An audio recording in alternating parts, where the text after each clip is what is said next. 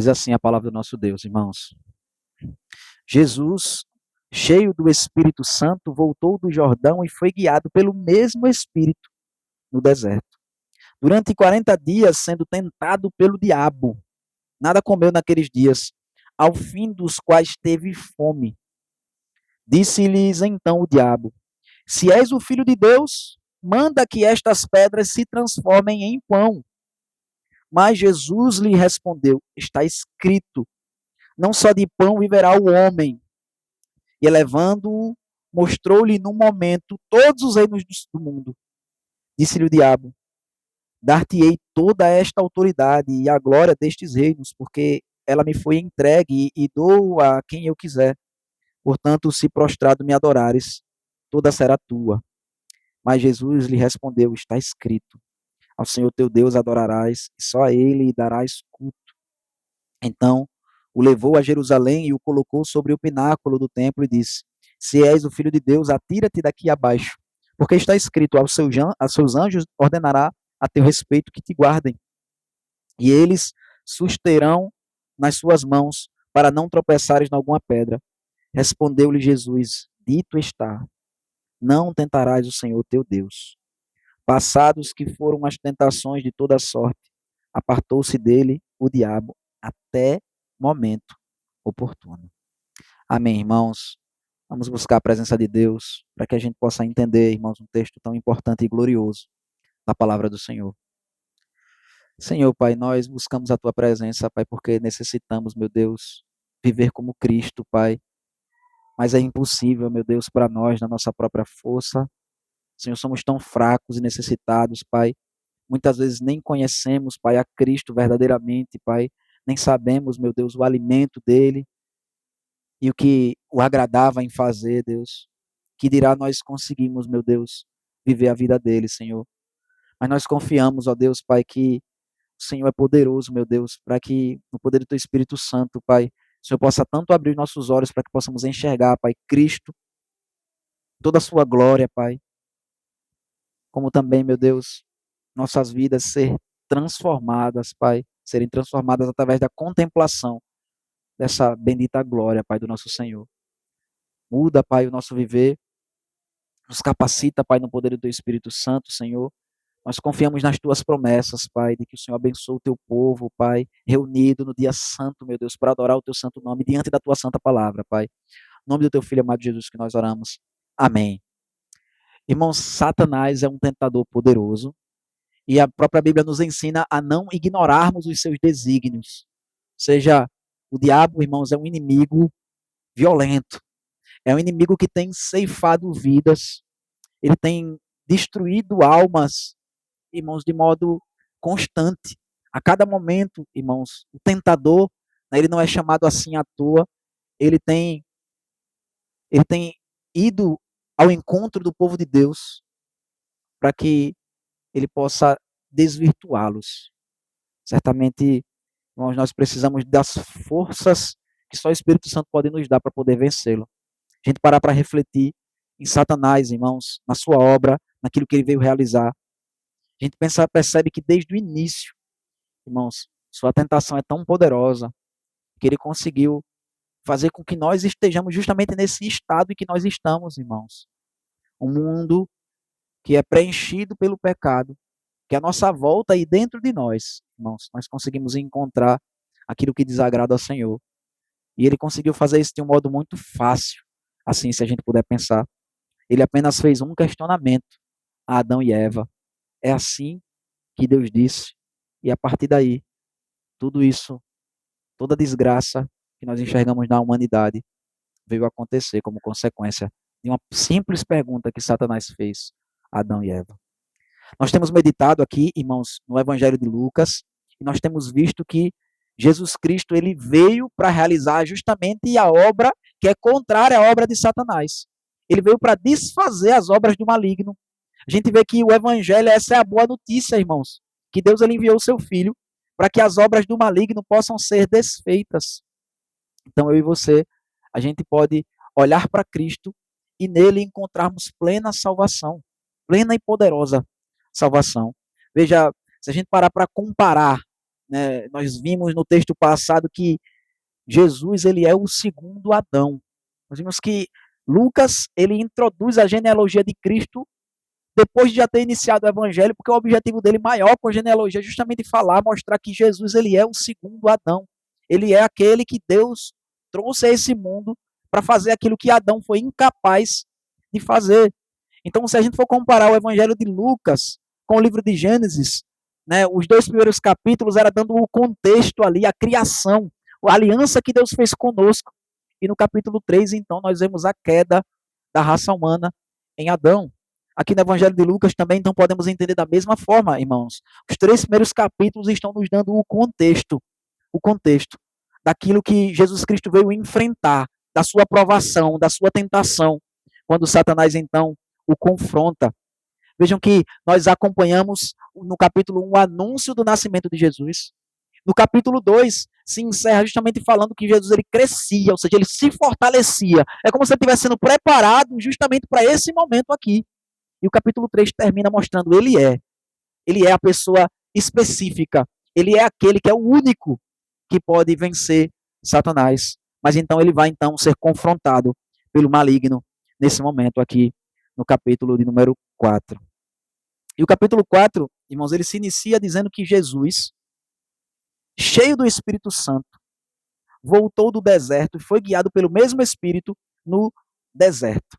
Veja, irmãos, que eu e você, a gente precisa entender a importância do Espírito Santo no ministério do nosso Senhor Jesus Cristo. Percebam que o ministério do Senhor Jesus só começou propriamente quando o Espírito Santo desceu, ele foi ungido pelo Pai com o Espírito Santo para realizar a sua obra. A gente vê que é justamente assim que é o último texto, a última narrativa do capítulo 3. Né? Antes da genealogia, justamente o batismo de Jesus, onde Jesus é declarado Filho de Deus ali com poder, e ele é ungido com o Espírito Santo, então, para realizar a obra de Deus nesse mundo. E a gente vê que o Espírito Santo, que desceu sobre Cristo, é o Espírito Santo que agora vai preenchê-lo completamente. E tudo que o Senhor Jesus vai fazer daqui para frente, irmãos, é no poder do Espírito Santo. Veja, a gente vê aqui que ele estava cheio do Espírito Santo. Essa é a primeira de muitas vezes que essa expressão vai aparecer no Evangelho de Lucas. Lucas ele faz essa questão de mostrar que Jesus ele viveu no poder do Espírito Santo. Por que ele faz questão de mostrar isso mais do que os outros evangelistas, mais do que Mateus, do que Marcos e do que João? Porque, irmãos, Lucas ele vai escrever logo após o livro de Atos, que vai mostrar que o Espírito Santo, o mesmo Espírito que habitou em Cristo, vai descer sobre a sua igreja e vai capacitar essa igreja, então, a viver essa mesma vida santa que o Senhor Jesus Cristo foi capaz de viver. Que nós somos capacitados pelo mesmo Espírito que capacitou o próprio Senhor Jesus Cristo, para que nós também façamos as obras de Deus, para que eu e você também possamos dizer não ao pecado. Mas veja que esse Espírito, irmãos, é enfatizado aqui. Jesus, cheio do Espírito Santo, voltou do Jordão, ou seja, ele volta lá para o batismo e diz, depois que Jesus foi batizado, imediatamente depois, ele é guiado por esse mesmo Espírito ao deserto. Veja, o Espírito Santo, irmãos, é quem conduz a Cristo para ser tentado por Satanás. É o próprio Espírito Santo, irmãos, que vai levar Jesus Cristo diante da provação, diante de uma das provações mais importantes que ele vai atravessar na sua caminhada cristã, aqui na sua vida, diante de Deus e dos homens. Veja, irmãos, Jesus ele é levado pelo Espírito ao deserto. E só esse versículo aqui, irmãos, daria para a gente passar bastante tempo meditando nisso, porque a impressão que nós temos hoje, o que se diz evangelho por aí, é que o sofrimento é sinônimo de pecado. Que o sofrimento, ele indica uma falta de fé por parte daquele que está passando pela provação, pelo sofrimento, pela dor, pela angústia. Que se a gente realmente fosse crente no Senhor, se a nossa fé fosse verdadeira, fosse firme, fosse forte, a gente não ia passar por dificuldades. Mas veja que é o próprio Espírito Santo, que é apenas quando Jesus está cheio com o Espírito Santo, é que ele vai passar por essa provação. Antes disso, não. Mas conduzido pelo Espírito e cheio com esse Espírito, ele vai ao deserto. Isso é, Lucas ele faz questão, irmãos, de deixar isso claro, não está aqui por acaso. Porque veja, ele diz, Jesus cheio do Espírito Santo Ele diz, e foi guiado pelo mesmo Espírito no deserto. Né? Nos outros evangelhos vai dizer claramente, ele foi impelido pelo Espírito aí ao deserto. Ou seja, faz questão de enfatizar que porque somos cristãos, irmãos, porque temos o Espírito Santo de Deus, isso não significa que a gente não vai passar por dificuldades na vida. Pelo contrário. E então Jesus, irmãos, vai passar 40 dias sendo tentado pelo diabo no deserto. O Espírito Santo conduziu Jesus ao deserto para que ele fosse por 40 dias tentado pelo diabo. E 40 dias, irmãos, é colocado aqui para poder nós vermos que Jesus, ele vai jejuar aqui, vai passar 40 dias sem comer. O texto vai nos dizer ainda no versículo 2, nada comeu naqueles dias, a fim dos quais teve fome. É o mesmo período de tempo, irmãos, que Moisés ele vai passar também sem comer quando ele está prestes a receber a lei do Senhor. Nos dito, então, isso para que a gente não olhe para Jesus aqui e diga, olha, ele vai ser tentado e ele vai ser aprovado apenas porque ele é Deus. Ele vai conseguir passar esse tempo aqui com fome apenas porque ele é Deus, porque um ser humano não conseguiria fazer isso. É justamente o contrário que Lucas ele quer nos dizer, irmãos, que todos os homens eles deveriam enfrentar Satanás e vencê-lo, que Adão deveria ter enfrentado Satanás e vencê-lo. Veja que a forma que Jesus passa pela tentação é completamente oposta à forma que o primeiro Adão passou. Veja que Adão ele foi tentado não foi no deserto, mas foi num jardim. Ele foi tentado não foi sozinho, mas na companhia da sua esposa. Ele foi tentado, irmãos, não numa necessidade fisiológica, numa necessidade física dele, mas ele foi tentado apenas na sua vaidade. Veja, ele não estava com fome quando ele foi tentado a comer do fruto, mas Jesus Cristo ele estava 40 dias sem comer quando ele foi tentado pelo diabo. Né? Não só Moisés, mas também Elias passou um período semelhante de tempo, distante dos homens, no deserto também. Assim como Moisés foi no deserto que ele jejuou por 40 dias, assim como Elias, nosso Senhor Jesus. Mas diferente de todos os homens, irmãos, e essa é a mensagem de Lucas, diferente de todos os homens que diante da tentação sucumbiram, todos os homens, irmãos, que foram tentados por Satanás, nenhum deles conseguiu vencer o maligno, sem que no percurso da sua vida ele caísse em tentação, em algum momento ele pecasse. Mas nosso Senhor Jesus ele veio justamente, irmãos, como o segundo Adão, como nosso representante, para nos salvar dessa miséria, dessa nossa esperança que agora nós não temos mais em nós mesmos, ou que um homem venha e faça por nós, mas o próprio Deus veio para realizar essa obra gloriosa. Então, nos é dito que o Senhor Jesus ele foi tentado por Satanás 40 dias no deserto. E percebam, irmãos, que a gente pode, lendo o texto de modo rápido, pensar que Jesus ele passou 40 dias e teve essas 3 tentações que nós iremos observar aqui no nosso texto hoje. Mas não. A Bíblia diz que ele, durante 40 dias, foi tentado por Satanás. Todos esses 40 dias ele foi tentado por Satanás. E então, quando ele teve fome, Satanás ele vai usar essa necessidade do Senhor Jesus Cristo para que possa tentá-lo. Ele então diz no versículo 3, a primeira tentação que o Senhor Jesus Cristo vai passar, das que são registradas na palavra de Deus a nós. Disse-lhe então o diabo, se és o Filho de Deus, manda que esta pedra se transforme em pão. Veja, irmãos, a gente está acostumado a um texto que nós conhecemos e a gente talvez não reflita na profundidade do que está sendo dito aqui por Satanás.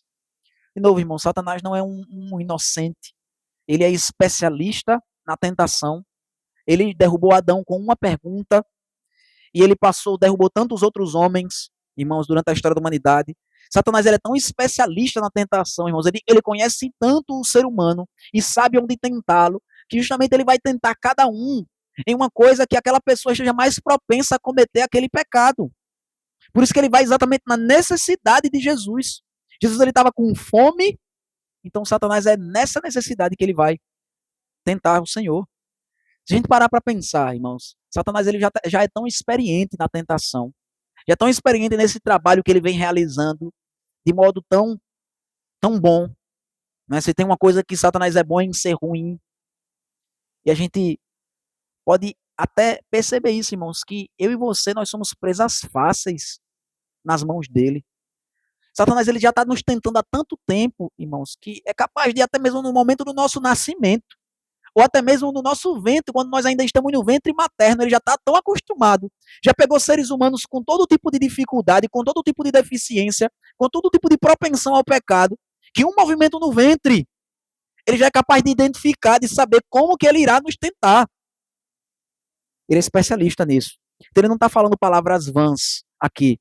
Ele não está dizendo se és o Filho de Deus, manda que estas pedras se transformem em pão, como uma coisa que seria fácil de Jesus rebater.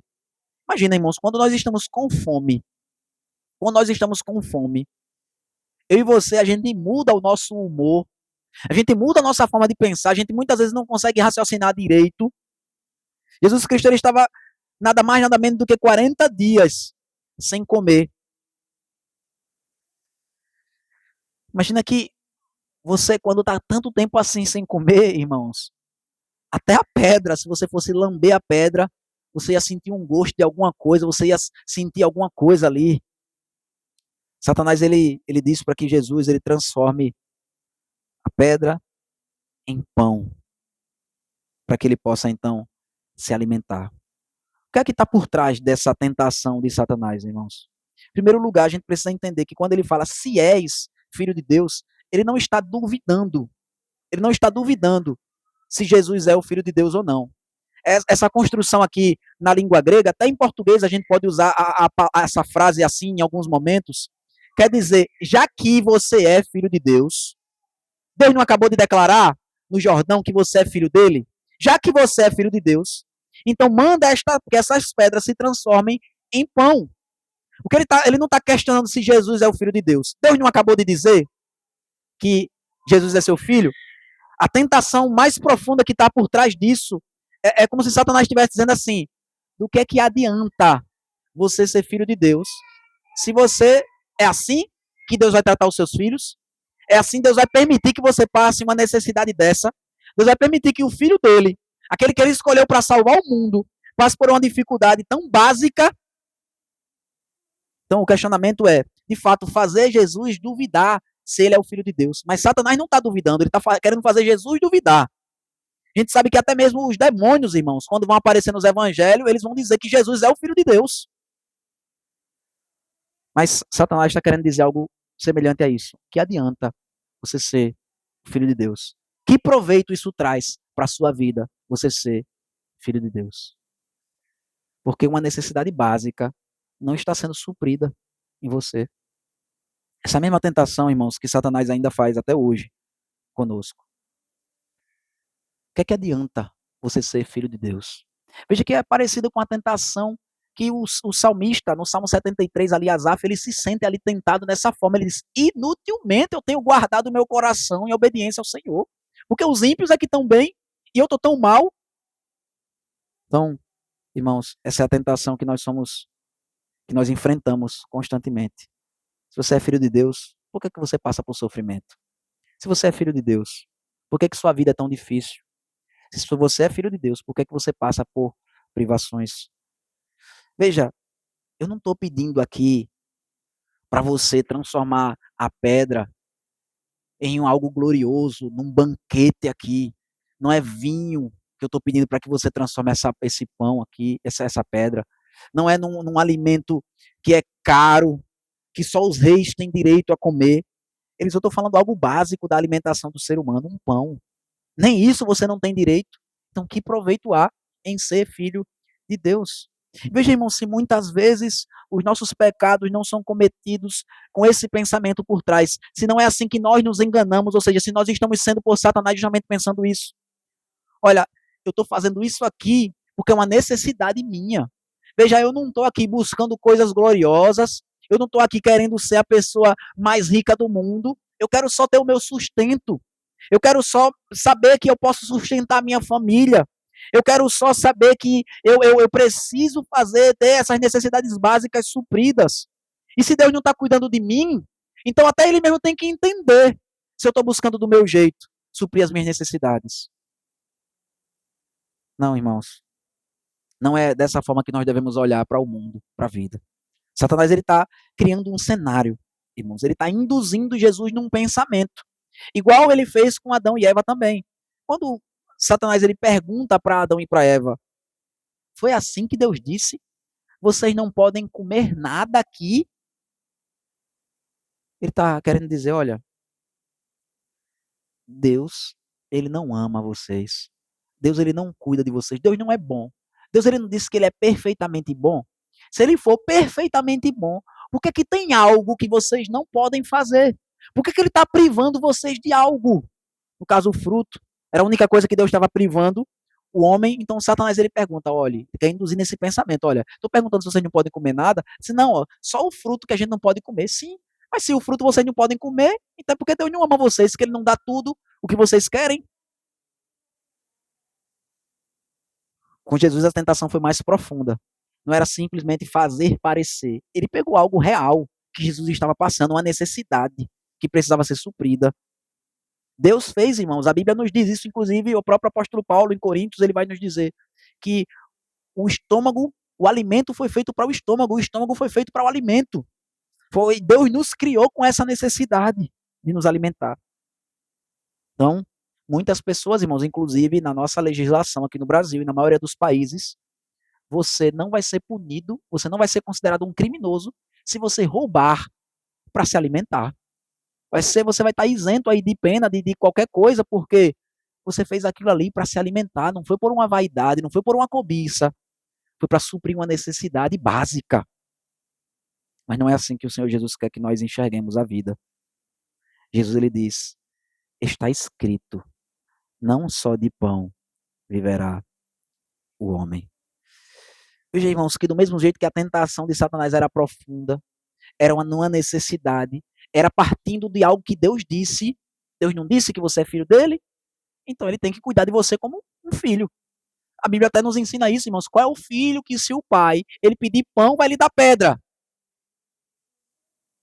A forma que Jesus ele nos ensina a olhar para a vida é que eu e você a gente não deve ver o que está nos faltando. Eu e você a gente não deve olhar para aquilo que é a única coisa que nós não temos e precisamos. Ele quer que você olhe para a sua vida, reconhecendo que Deus tem cuidado de você, apesar das suas dificuldades. Apesar das coisas que não estão no local que você gostaria que tivesse. Coisas até que na palavra de Deus diz, ó, que nós devemos fazer ou ter. Coisas que não são pecados você possuir. Mesmo quando isso lhe falte, você deve confiar que Deus está lhe suprindo. Até mesmo quando você não consegue perceber isso. Eu e você deveríamos ser gratos o suficiente a Deus, irmãos, para sempre conseguirmos perceber o cuidado de Deus em nossas vidas. Mas mesmo que nós nos escape a percepção da bondade de Deus, eu e você a gente deveria dizer, mas eu sei que Deus está cuidando de mim. Mesmo se eu não consiga perceber o cuidado dele, eu sei, porque ele é meu pai e ele me ama. Jesus diz, não só de pão viverá o homem. Ou seja, eu e você, nós temos necessidades mais profundas do que essa, e Deus tem suprido. Irmãos, o pão, na verdade, o alimento, assim como tudo que Deus criou, irmãos, é uma forma de nos mostrar o quanto que nós precisamos de Deus. Todas as necessidades que Deus criou em nós, necessidades físicas. Deus faz com que eu e você a gente sinta a necessidade de nos alimentarmos, para que eu e você a gente perceba, quanto mais, se eu preciso da comida, quanto mais eu não preciso de Deus. Se diariamente eu preciso estar várias vezes no dia me alimentando para que o meu corpo esteja forte, quanto muito mais eu preciso que a minha alma esteja diante do Senhor, buscando e se alimentando dele. Então Jesus ele não vai inverter os papéis. Ele não vai dizer, eu vou pegar uma necessidade física minha e por conta disso eu vou destruir a minha alma, corrompê-la com o pecado. Ele diz, já que meu espírito está suprido, veja, Deus me encheu com o seu próprio espírito, já que meu espírito está suprido, já que eu tenho o próprio Deus habitando em mim. Por que é que eu vou blasfemar ou murmurar, mesmo se me faltar o pão? Então, por mais que a tentação não tenha sido fácil de ser enfrentada, não é fácil você estar tanto tempo sem comer e você ter o poder de resolver aquele problema imediatamente. Mas Jesus não o fez. Não o fez.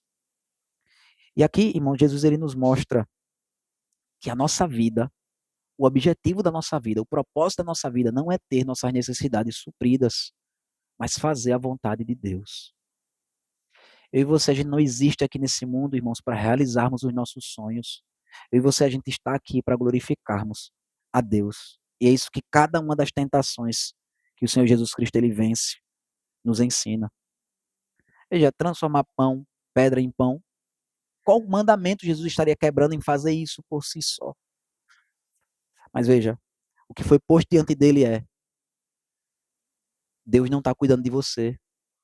E você tem que resolver os problemas do seu jeito. E você, a gente pode, irmãos, buscar suprir nossas necessidades, mas não por falta de confiança no Senhor. Mas confiando no Senhor, nós iremos buscar nossas necessidades serem supridas, em gratidão a Deus. Não achando que Deus não cuida de nós, mas sabendo que Ele tem sido maravilhoso conosco. E elevando-o, mostrou-lhe num momento todos os reinos do mundo. A gente parte então para um outro cenário aqui, para a segunda tentação. E disse-lhe o diabo: dar-te-ei toda esta autoridade e glória destes reinos, porque ela me foi entregue, e a dou a quem eu quiser. Portanto, se prostrado me adorares, toda será tua. Veja, irmãos, essa tentação aqui é ainda mais forte do que a primeira. A gente olha assim e diz: Satanás está chamando Jesus para adorar ele. É sério isso? É claro que Jesus não vai cair numa tentação dessa. Irmãos, eu e você, a gente cai nessa tentação constantemente, direto. Satanás, ele nos apresenta um caminho mais fácil de nós alcançarmos os nossos objetivos. E muitas vezes nós estamos dispostos a buscar alcançar os nossos objetivos do jeito de Satanás. Veja, o que é que Jesus veio fazer aqui? A primeira tentação foi sobre uma necessidade específica, uma necessidade física de Jesus. A segunda tentação é sobre o objetivo da vida de Jesus. É sobre o propósito da vinda dele ao mundo. Por que foi que Jesus veio aqui ao mundo, irmãos? Para retirar todas as coisas debaixo da autoridade de Satanás. E ele então está dizendo: olha, tudo bem, você realmente, olha, você não está disposto a abrir mão, né, da sua confiança em Deus para ter as suas necessidades supridas físicas, mas olha, você vai precisar caminhar um caminho muito árduo para você conseguir aquilo que você veio buscar aqui nesse mundo. Eu tenho um caminho muito mais fácil. Se você me adorar, eu desisto. Eu me dou por derrotado. Eu entrego para você o que você quer. Porque, de fato, irmãos, a Bíblia nos fala que o mundo ele está debaixo da autoridade de Satanás, num certo sentido. Que a Bíblia nos diz que o mundo jaz no maligno. A Bíblia nos diz o tempo todo, irmãos, que Satanás ele é o príncipe deste século. Satanás ele não vai ser questionado aqui por Jesus. Jesus não vai dizer: opa, peraí que você não manda em nada não, quem manda aqui sou eu. Não, Jesus ele reconhece que Satanás ele tem um direito sobre o mundo. Que direito é isso, irmãos? É um direito de propriedade, ele é o criador do mundo e por isso o mundo está debaixo da autoridade dele? Não. É um direito jurídico, é um direito legal. Por quê? Porque, de fato, o homem fez com que o mundo entrasse em um estado de queda. Toda a criação de Deus entrou no estado de queda. E Deus, ele não pode ser consistente com a sua própria natureza se ele disser: eu vou deixar para lá tudo o que aconteceu e eu vou então dizer que está tudo bem com Adão e com Eva e com toda a sua descendência. Não, irmãos, Deus é justo e ele obedece à sua própria natureza. Ele não é incoerente, ele não pode negar a si mesmo. Então, Satanás ele tem uma autoridade legal. Ele é como um promotor de justiça, é um acusador, dizendo que, olha, por conta do pecado do homem, então agora o mundo está debaixo da minha autoridade. O homem se uniu a mim e com ele toda a criação caiu no estado de miséria. Veja então, irmãos, a tentação aqui é: você não precisa ir para a cruz. É como se Satanás estivesse dizendo: você não precisa sofrer para você ter aquilo que você quer. E qual é a resposta de Jesus, irmãos? O que é que Jesus diz a Satanás? Ao Senhor, teu Deus, adorarás, e só a Ele darás culto. Mas mais uma vez, irmãos, Jesus responde, Jesus inicia a sua resposta a Satanás, dizendo: está escrito. E é muito interessante essa frase que Jesus fala, irmãos, tão simples, está escrito. Mas ele usa aqui, irmãos, a construção que ele faz aqui na língua grega é dizendo algo que foi escrito no passado, mas que tem validade no presente ainda. Ele diz, por mais que as escrituras sejam antigas, mas que elas tenham sido escritas aí há muito tempo atrás, há milhares de anos atrás, no momento da tentação, no momento da minha dificuldade, elas continuam com o mesmo valor do que no momento em que elas foram escritas. Esse livro aqui não está aqui à toa em nossas mãos, irmãos. Eu e você, nós não temos acesso à palavra de Deus para sermos pessoas religiosas que de vez em quando leem um livro. Mas a nossa vida é por meio desse livro. Ele diz, está escrito. E pela segunda vez, irmãos, Jesus ele está citando o livro de Deuteronômio. A primeira tentação, ele cita no contexto ali, Deus está dizendo, olha, eu fiz vocês passarem 40 anos no deserto para que vocês entendam que nem só de pão viverá o homem. E agora ele cita a palavra de Deus que diz que nós devemos adorar apenas o Senhor, nosso Deus. Veja, irmãos, sabe o que Jesus ele diz para Satanás? Ele diz, olha, você está dizendo que eu não preciso sofrer para poder adquirir o que eu quero, que é restaurar esse mundo.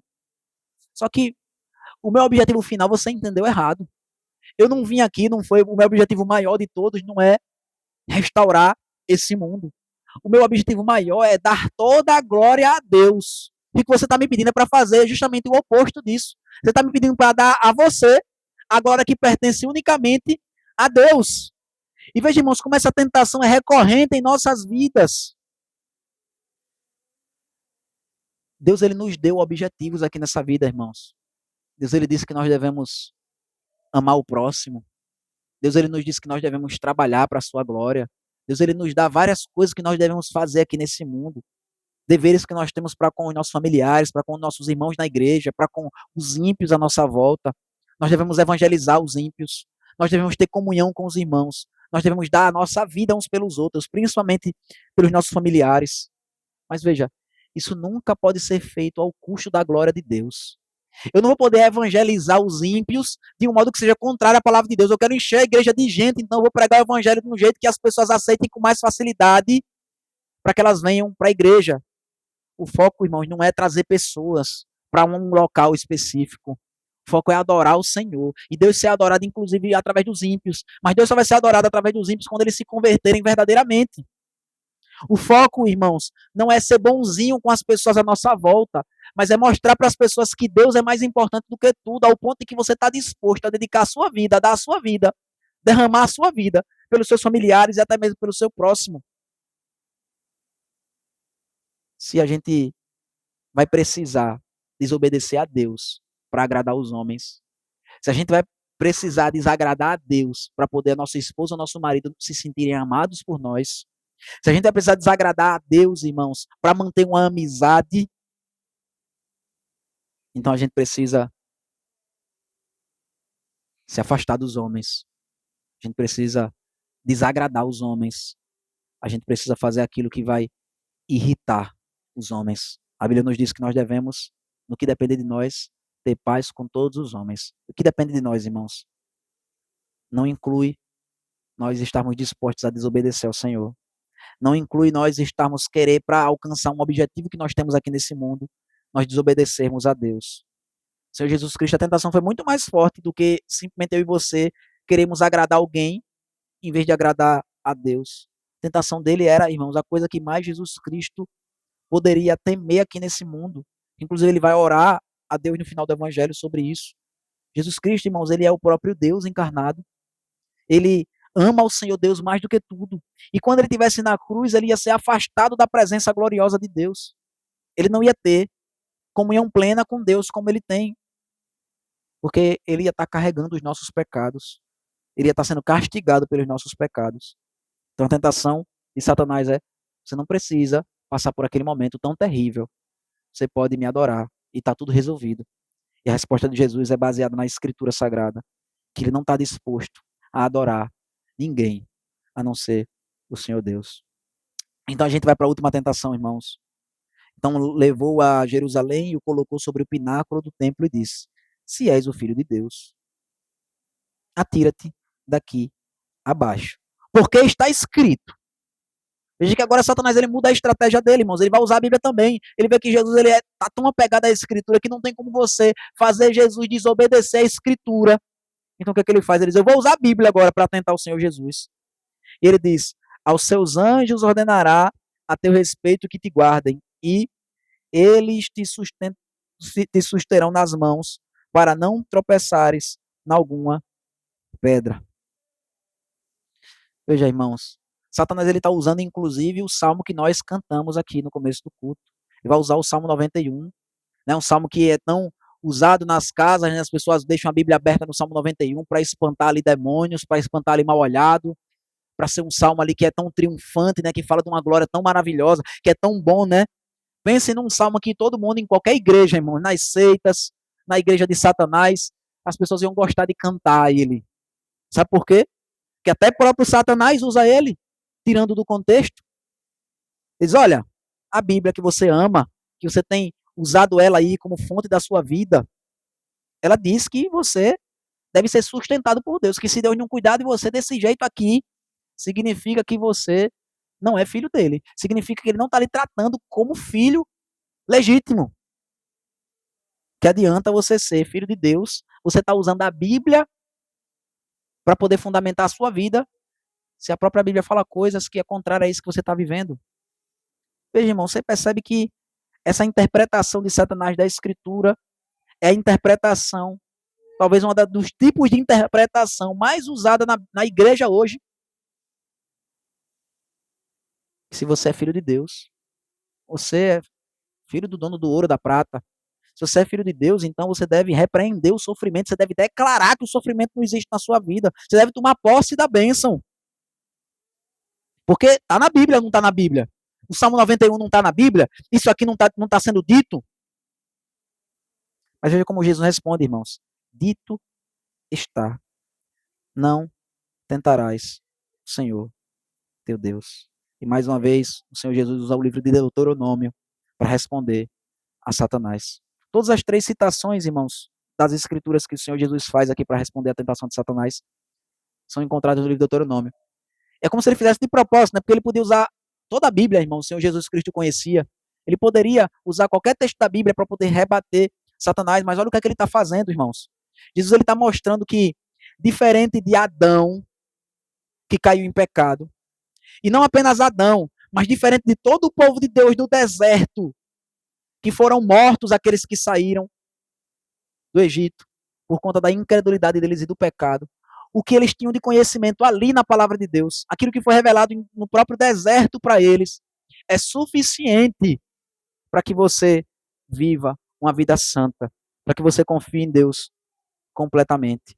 Veja, irmãos, a gente, os incrédulos, eles gostam muito de fazer isso, e nós temos que tomar cuidado no nosso coração para que a gente não faça o mesmo. Eu e você, a gente quer confrontar a Bíblia com a Bíblia, quer achar contradição no que Deus está dizendo, quando na verdade é o contrário que nós devemos fazer. É como que a gente pode entender melhor a Bíblia, usando a própria Bíblia. Não é destruir a Bíblia com a Bíblia, mas é caminharmos para uma interpretação, para a gente entender a vontade de Deus corretamente.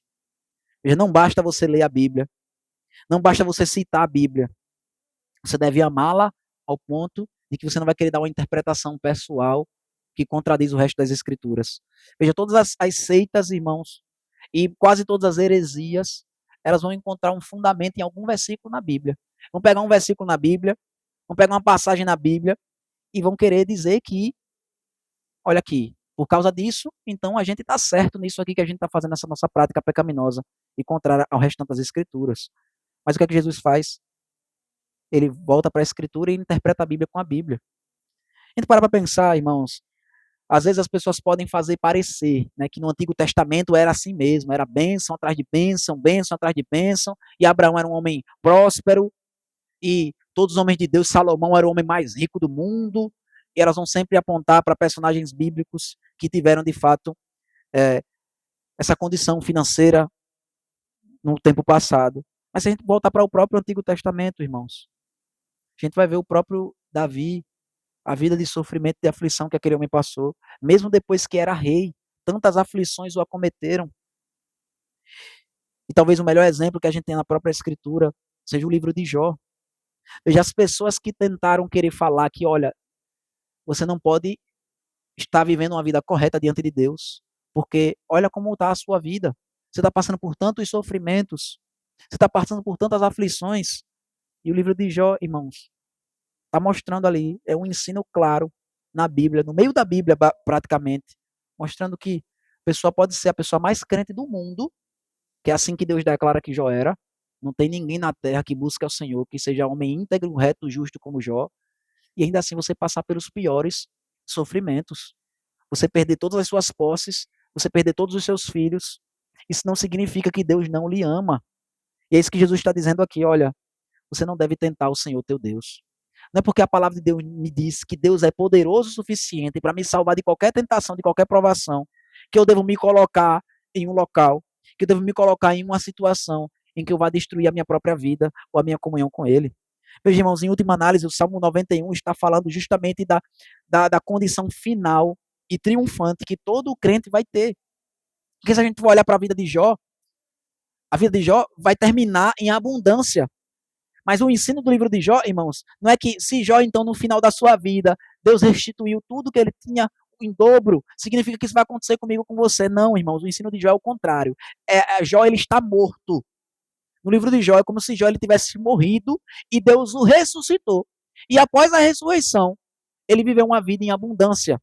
Veja, é isso que é dito também a respeito de Abraão, irmãos. Abraão, nos é dito que ele sacrificou o seu filho. A Bíblia nos diz, é como se Isaac tivesse sido recobrado de entre os mortos. É assim também com José no Egito. Ele passou preso anos na prisão e é como se ele tivesse ali morto.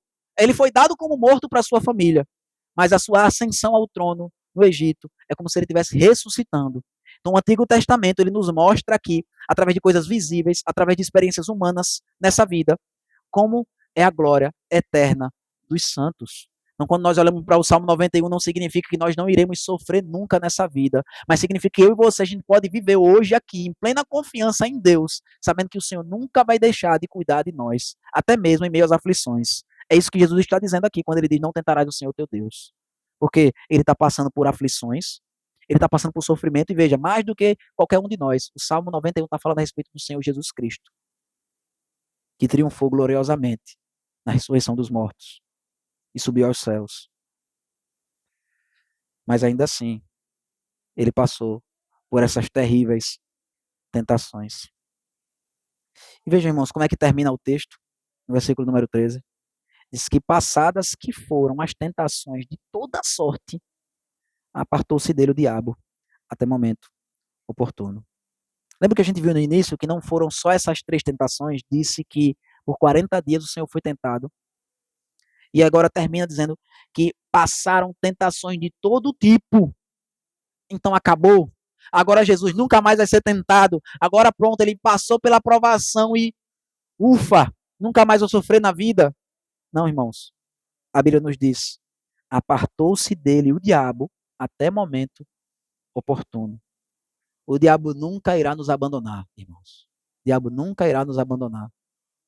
Ele sempre vai esperar um momento de fraqueza. Veja que as tentações de Jesus Cristo, aqui essas 3 que foram registradas, são consecutivas.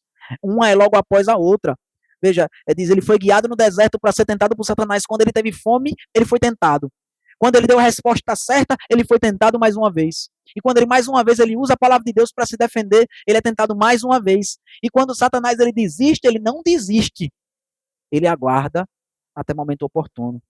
Muitas vezes eu e você, a gente depois de passar por uma grande provação, por uma grande tentação, a gente baixa a nossa guarda, você se sente uma pessoa muito espiritual. Se é que você tem sido aprovado nas tentações que Deus tem colocado em sua vida.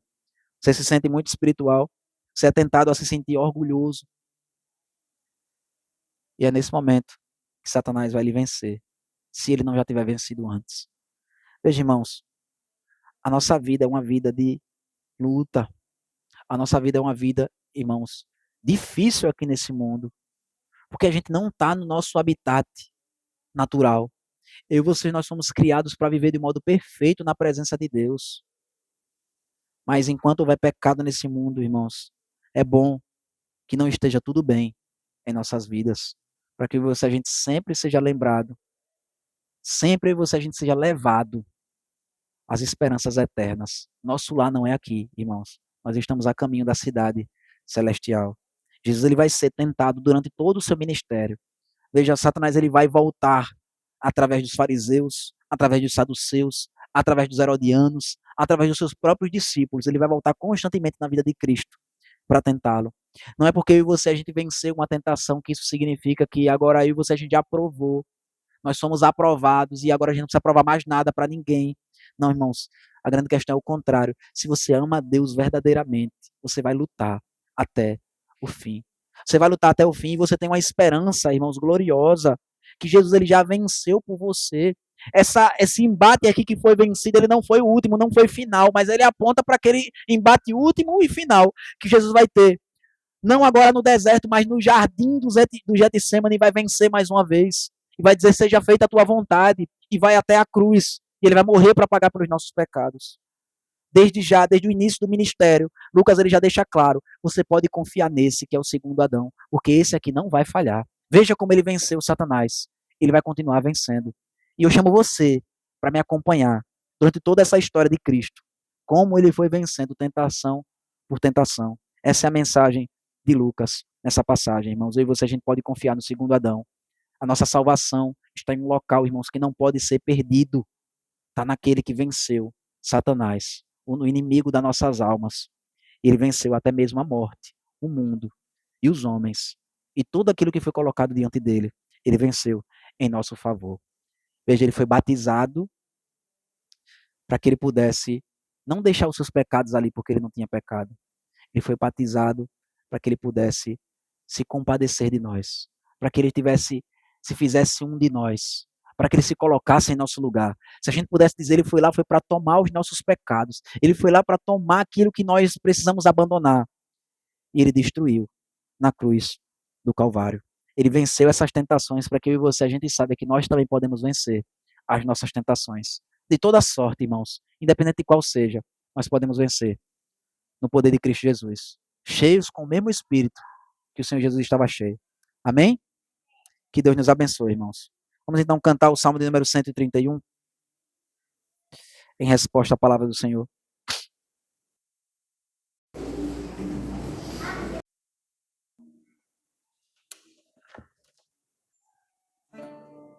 Não é soberbo meu coração, nem tenho altivo olhar.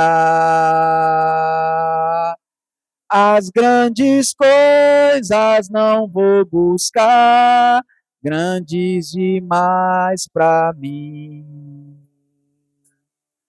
Mas a minha alma eu fiz sossegar, como um infante está. Bem desmamado com sua mãe, minha alma assim está. Ó Israel, espera em Deus, espera no Senhor. Desde o presente que agora é e para sempre. Amém.